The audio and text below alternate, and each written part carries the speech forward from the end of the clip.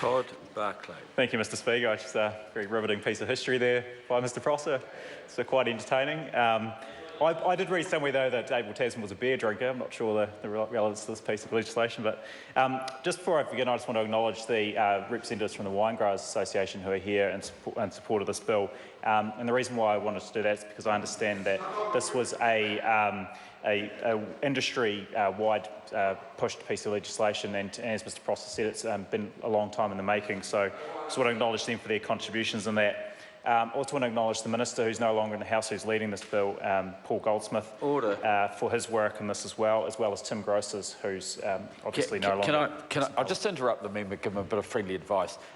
Don't refer to the absence of members, even nicely. Mr. Speaker. So getting back to the bill, the Geographical Indications Registration Amendment Bill, as we know, it provides a mechanism for the registration of the geographical indicators for wine and spirits.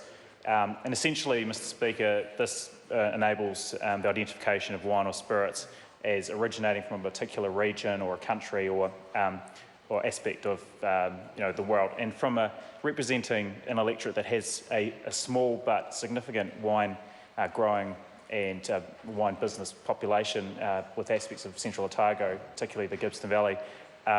This is pretty important, and I think it's already been remarked on. New Zealand is very well regarded for various aspects of its wine, particularly its Sauvignon Blanc, but Central Otago, Pinot Noir, is very highly regarded, and anything that we can do to protect the integrity of our premium brand, our reputation as a premium exporter, and just the reputation and that we have as a producer of high quality, constant level of quality products is really important. And I think this legislation is critical in that regard, Mr. Speaker, particularly as we embark on further export of wine products. We've seen, just dating back to 1990, the year I was born, Mr. Speaker, our wine export value was almost insignificant. It was almost nothing, and to the date, today it's up to about $1.5 billion. That's huge, and the indications just show that further exportation is going to take place, and the industry is going to continue to grow.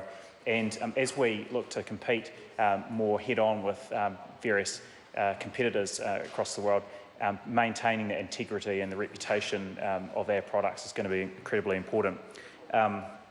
Effectively, 79% of our wine is exported, Mr. Speaker, and about a third of that is exported to the US. And with the signing of the TPP, the tariff savings will also be a contributing factor to in opening up that market for our wines, Mr. Speaker.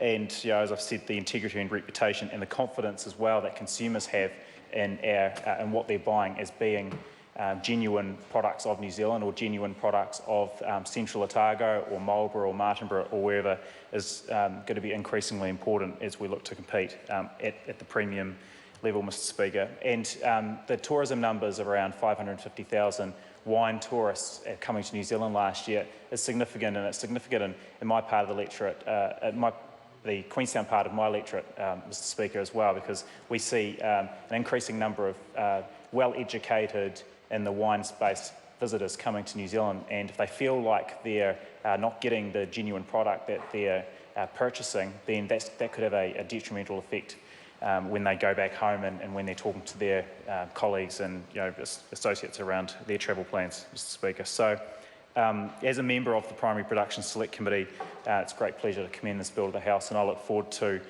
following it through the parliamentary process and participating in that and listening to all of the organisations and individuals who have got a view on this piece of legislation. So thank you, Mr. Speaker.